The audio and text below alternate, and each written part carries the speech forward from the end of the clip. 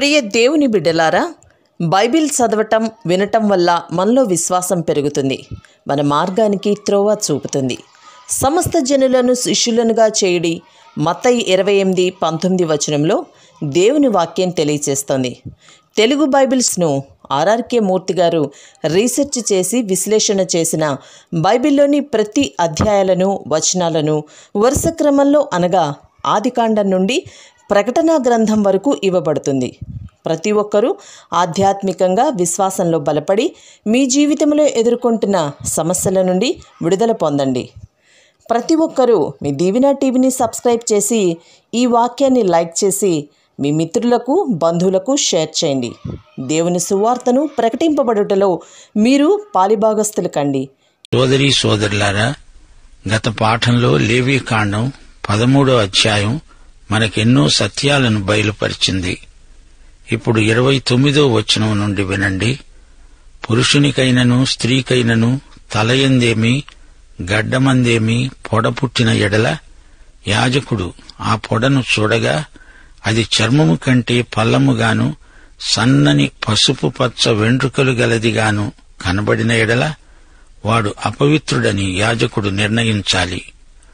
అది బొబ్బ, తలమీద గాని గడ్డము మీద గాని పుట్టిన కుష్టు పొడలు బొబ్బలు శరీరంలో మర్మస్థలాలలో కూడా కనిపించవచ్చు.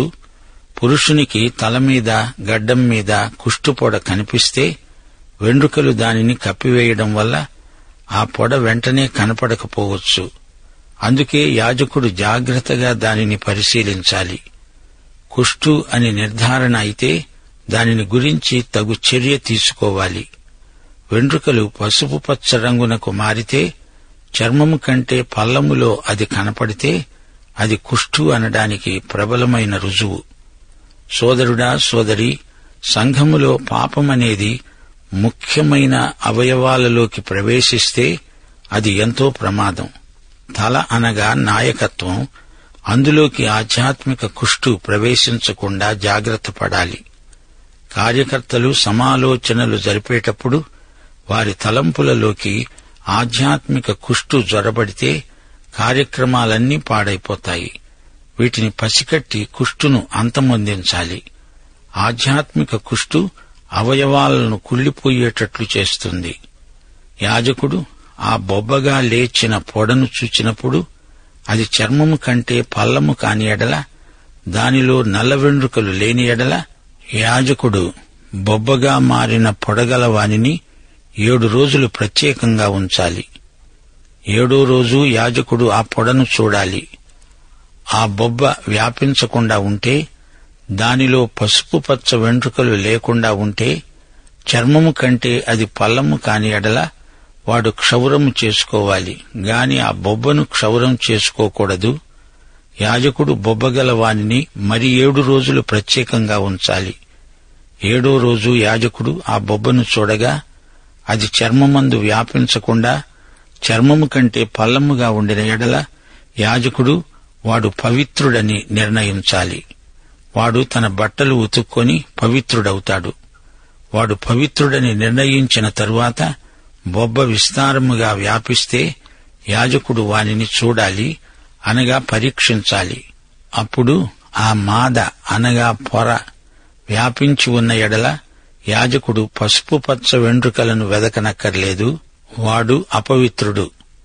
అయితే నిలిచిన ఆ మాదలో నల్లని వెంట్రుకలు పుట్టిన ఎడల ఆ మాద బాగుపడినట్లే, వాడు పవిత్రుడు, వానిని పవిత్రుడని నిర్ణయించాలి.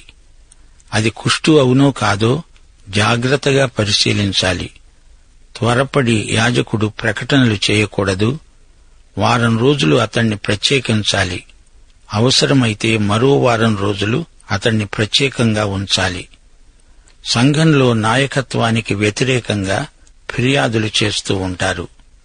పై విచారణకర్తలు ఎంతో జాగ్రత్తగా వాటిని అతి సున్నితంగా పరిశీలించాలి, పరిష్కరించాలి. అంతిమ ప్రకటనకు ముందు ఫిర్యాదులను క్షుణ్ణంగా పరిశీలించి నిజానిజాలు తెలుసుకోవాలి.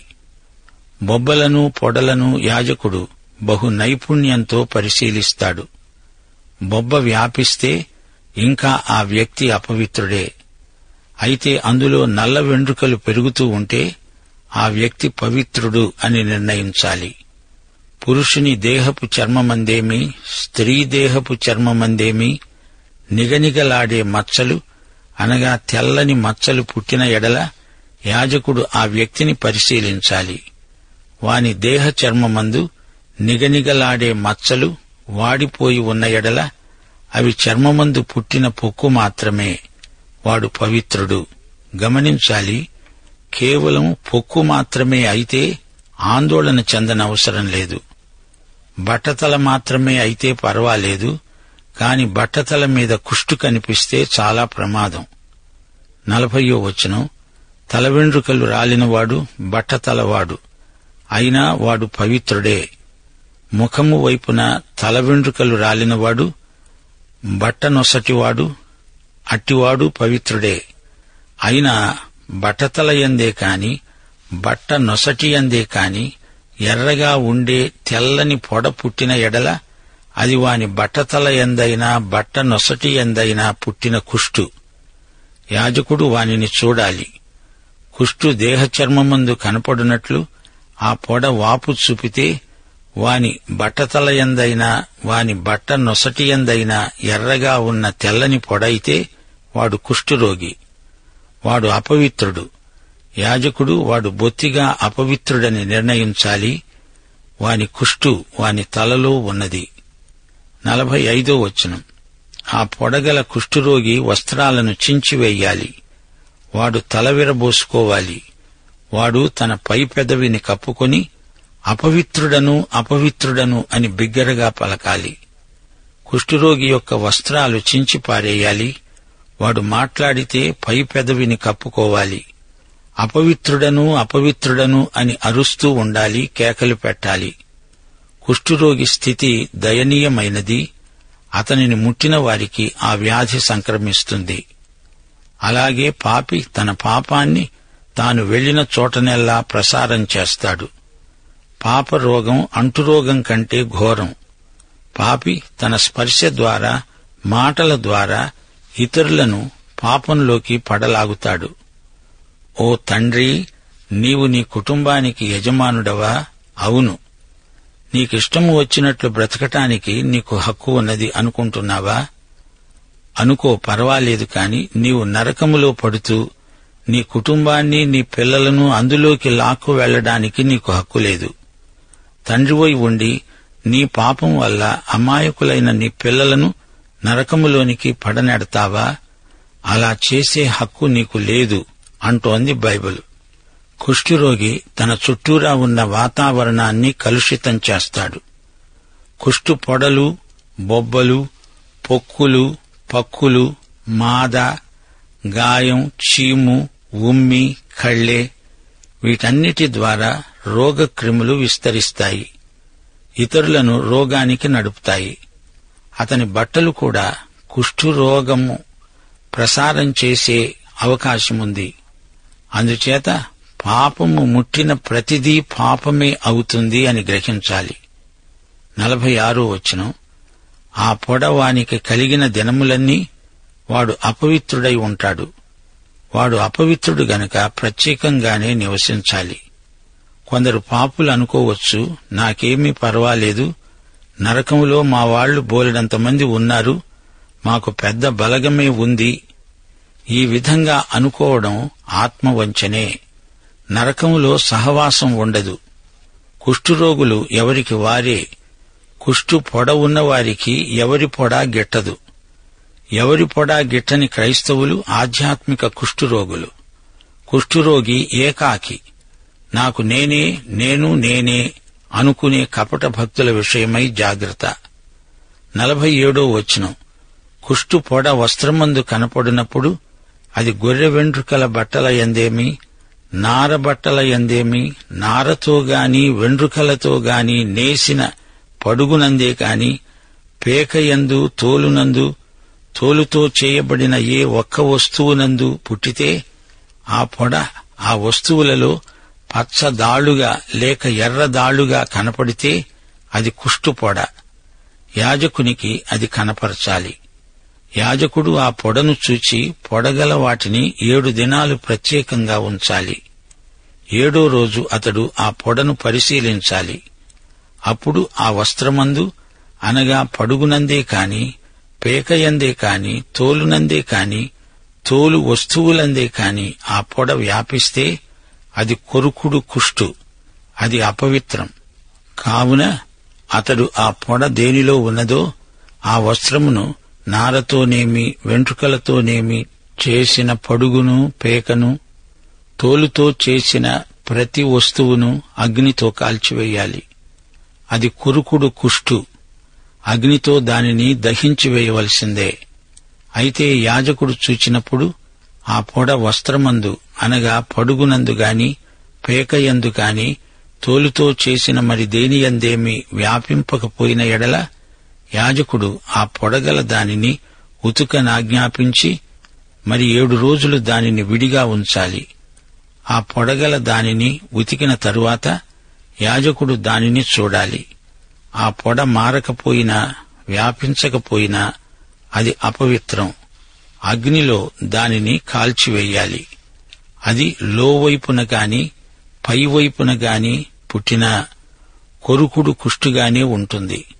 యాజకుడు దానిని చూచినప్పుడు వస్త్రమును ఉతికిన తరువాత ఆ పొడ వాడిపోయి ఉంటే అది ఆ వస్త్రములో ఉన్నప్పటికీ, లేదా తోలులో ఉన్నా, పడుగులో ఉన్నా, పేకలో ఉన్నా యాజకుడు వాటిని చించి పారేయాలి. అటు తరువాత అది ఆ వస్త్రమునందే కాని, పడుగునందే కాని, పేకయందే కాని, తోలుతో చేసిన దేనియందే కాని కనపడిన ఎడల అది కొరుకుడు కుష్టు. ఆ పొడ దేనిలో ఉన్నదో దానిని అగ్నితో కాల్చివేయాలి. ఏ వస్త్రమునే గాని, పడుగునే గాని, పేకనే గాని, తోలుతో చేసిన దేనినే గాని ఉతికిన తరువాత ఆ పొడ వదిలిన ఎడల 2వ మారు దానిని ఉతకాలి. అప్పుడది పవిత్రమవుతుంది. బొచ్చు బట్టయందే కాని, నారబట్టయందే కాని, పడుగునందే కాని, పేకనందే కాని, తోలు వస్తువుల యందే కాని ఉన్న కుష్టు పొడను గూర్చి అది పవిత్రమని అపవిత్రమని నీవు నిర్ణయింపవలసిన విధానము ఇదే. సోదరీ సోదరులారా, దీనితో ఈ అధ్యాయం ముగిసింది. ఈ చివరి మాటలు కుష్టు సూచనలు కనపడిన దుస్తులను ఏ విధంగా ఉతకాలో, అవసరమైతే వాటిని ఎలా దహించివేయాలో చెప్పబడిన హెచ్చరికలు. ఆ వస్త్రము ఎంత ఖరీదైనదైనా కుష్టు కనపడితే దానిని కాల్చివేయాల్సిందే. చౌక దుస్తులైనా, విలువగల వస్త్రాలైనా కుష్టు కనపడింది అంటే దానిని చించి పారవేయవలసిందే. దీనిలో మనము నేర్చుకోవలసిన గొప్ప పాఠం ఒకటి ఉంది. మానవుల స్వనీతి మురికి బట్టలతో సమానం. పాపి చేసిన ప్రతి పని లేదా పాపి ముట్టుకున్న ప్రతి వస్తువు రోగవాహకమే.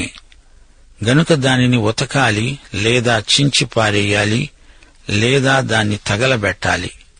అయితే యేసుక్రీస్తు రక్తానికి ఉన్న మహాశక్తి వాటిని తెలుపు చేయగలదు. పరలోకంలో తెల్లని వస్త్రములు ధరించిన వీరెవరు అంటే గొర్రెపిల్ల రక్తములో తమ వస్త్రాలను వీరు ఉతుక్కున్నారు అని వివరించబడింది. కొంచెము అంటు సోకితే దానిని ఉతికితే సరిపోతుంది. ఈ అధ్యాయం ఎంత వివరంగా సవిస్తరంగా దేవుడు ఎందుకు చెప్పాడంటే పాపంలో ఉన్న ప్రసరణ గుణం ఎంత వేగవంతమో శ్రోతలు గుర్తించాలి. మనమంతా అపవిత్రులం. మనల్ని యేసు రక్తం కడిగితేనే కాని మరి ఏ సంస్కరణ ద్వారా మనకు పవిత్రత కలగదు. ఇది నిజం. పాపిని పరిశుద్ధునిగా మార్చగలవాడు యేసు ప్రభువు కాక మరెవరున్నారు? ప్రియ సోదరీ సోదరులారా, మీకొక రహస్యం చెప్తాను. ధర్మశాస్త్రం రోగ నిర్ధారణ చేయగలదు గాని స్వస్థపరచజాలదు. ఆ పని యేసు ప్రభువే చెయ్యాలి. ఎవరైనా ధర్మశాస్త్రం దగ్గరికి వస్తే ధర్మశాస్త్రం ఆ వ్యక్తిని స్వస్థపరిచే యేసు వద్దకు పంపుతుంది. ముగింపులో మీకు కొన్ని హెచ్చరికలు చేయగోరతాము. సైతాను ఒక దొంగ. అతడు దొంగతనం చేయడానికి, చంపడానికి, నాశనం చేయడానికి వస్తాడు. మనుష్యులను యేసు ప్రభువు వద్దకు రాకుండా చేస్తాడు. పాప కుష్టు హృదయ సంబంధమైనది. ఆయన ఆ వ్యాధిని పూర్తిగా బాగు చేయగలడు. యేసు ప్రభువు నిన్ను బాగుచేసిన తరువాత స్వస్థతా స్థితిలో నిలకడగా ఉండడం ఎంతో అవసరం. ప్రకటన 3:11 ఫిలదెల్ఫియా సంఘానికి యేసు ప్రభు హెచ్చరిక చేస్తూ అన్నాడు, నేను త్వరగా వస్తున్నాను. నీ కిరీటమును ఎవడునూ అపహరించకుండునట్లు నీకు కలిగిన దానిని గట్టిగా పట్టుకో. ప్రియ శ్రోతలారా, యేసు ప్రభు మీకు అనుగ్రహించిన దానిని పోగొట్టుకోకుండా జాగ్రత్తగా ఉండండి. సైతాను దొంగ, అతడు మీ కిరీటాన్ని అపహరించాలని చూస్తున్నాడు. దేవుని వాక్యమనే పునాది మీద స్థిరముగా నిలవాలి. సైతాను మోసగాడు, నిన్ను భ్రమపరుస్తాడు. నీ విశ్వాసానికి బైబిలు పునాది లేకపోతే నీవు మోసపోతావు. సైతాను నీకు ఉన్నదానిని అపహరిస్తాడు, నీ కిరీటాన్ని దొంగిలిస్తాడు. నీకు ఉన్నది నీవు నిర్లక్ష్యం చేయకూడదు. నిర్లక్ష్యం చేత పోగొట్టుకునే ప్రమాదం ఉంది. ప్రతిరోజు మనకు ఉన్నదానిని గట్టిగా పట్టుకుని ఉన్నామో లేదో చూసుకోవాలి. ఇంత గొప్ప రక్షణను, విమోచనను నిర్లక్ష్యం చేస్తే తప్పించుకోవడం అసాధ్యం. దేవుని మాట వినాలి గాని అడ్డమైన ప్రతి ఒక్కరి సలహాలు వినకూడదు. దుష్టుల ఆలోచన చొప్పున నడవకూడదు. సోదరీ సోదరులారా, దుష్టుడు సైతాను. ఈ దుష్టునికి చాలా మంది ప్రతినిధులు ఉన్నారు. వారు దుష్టులు. వారి ఆలోచన నిన్ను దేవునికి దూరం చేస్తుంది. ఆదాము హవ్వలకు దేవుడు ఇచ్చినది వారు గట్టిగా పట్టుకోలేదు గనుకనే సైతాను వారి కిరీటాన్ని అపహరించగలిగాడు. ఈ అధ్యాయమంతా మీరు విన్నారు కదా. ఆధ్యాత్మిక ఆరోగ్యం అనగా పవిత్రత ఎంత ముఖ్యమో గమనించి ఉంటారు. మీరు దేవుని వాక్యములోనికి రావాలి. అలాగే వాక్యం మీలోకి కూడా రావాలి.